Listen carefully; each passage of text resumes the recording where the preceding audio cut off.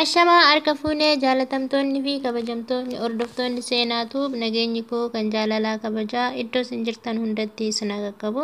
Haddillee viidiyoo biraatiin walitti deebinee jirra. Viidiyoon adda qabadhee isinii deebi'aa waa'ee doolaaraatii irratti gaafii na gaafachaa turtanii gaafii sana ammoo iyyuu waan nu hubadhu waan argerra waan tokko tokko isinii deebisuuf qabadhee isinii deebi'e jechuudha.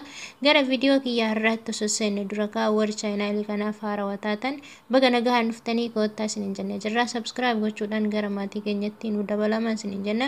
Wantoota isin barbaachisan isin fayyadan barsiisan wantoota garaagaraa rakkoo biyya Arabaa keessa jiru waliin furuudhaan kan waliin mari'annu ta'a jechuudha. Chaayinaaliin kun gara maatii keenyatti nu dabalamaa isiniin jenna jechuudha. Akkasuma laayikii godhaati sheer gochuudhaan hiriyoota keessan biraan akka geessan abdii isinirraa qabna. Koomentii jalattis gaafis yaadas yoo qabaattan ammoo nu kennuu hin dagatinaa isiniin jenna. Ishi viidiyoo kiyya kanarratti tanaan dura waa'ee doolaaraa kana baay'ee isinii hojjechaa ture.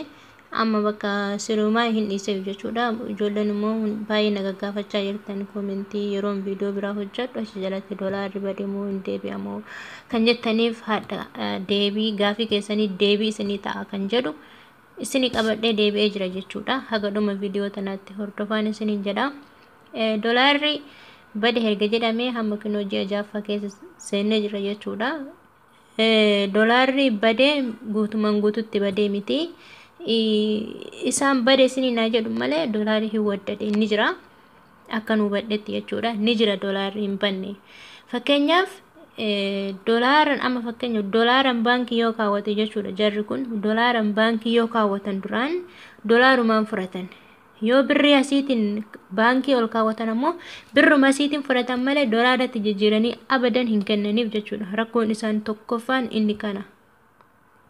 Warri madaamonni amma rakkinni isaan keessatti kufanii jiran duraan birrii yeroo ol kaawwatan doolaaranii miti irra caaleen isaanii kan ol kaawwatan jechuudha. Rakkoon akkanaa kunis hin dhufa jedhanii hin beekanii birri Libaanoon birri tanaan jechuudha ol kaawwatan baankii. Akkuma isaan ol kaawwatanitti kan isaan fudhachaa jiran jechuudha. Isaanuu baay'ee sodaarra jiranii.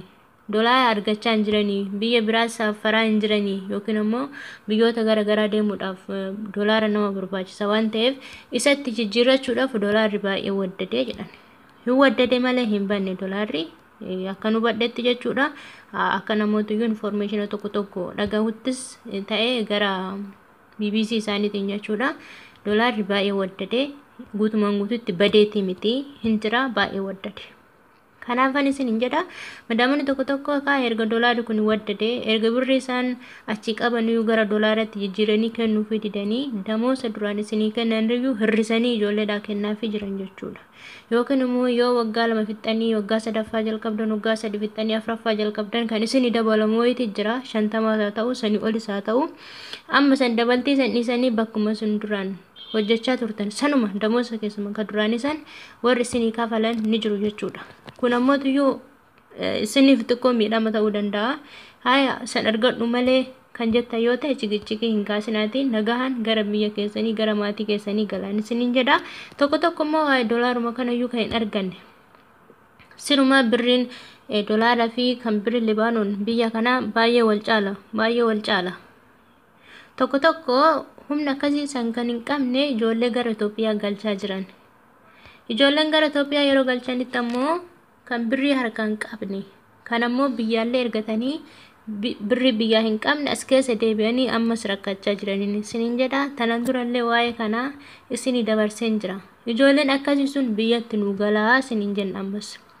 Osoo ta'ellee biyya tana keessarraa biyya keessanuu galtanii taa'uu wayya. Kanas yoo hin taane immoo galtanii gara biyya biraatuu deemuu wayya. Kanneen akka Dubaay, Saudi Arabiyaa, Kuwait fa'aa deemuu isinii wayyaan isiniin jedha. Warri isaan tafaa qabatanii manarra zoortan please gara maatii keessanii gala. isiniin jedha jechuudha.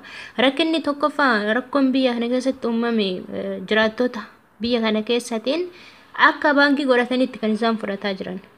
Kan rakkoo ciqiciqii kana hin qabne kan doolaaraan baankii godhate doolaarumaan baankiidhaa baasachaa jira jechuudha. Tokko madaamni tokko manni tokko doolaarri badee jira waddatee waan kanaatu kan hin haasofne jira.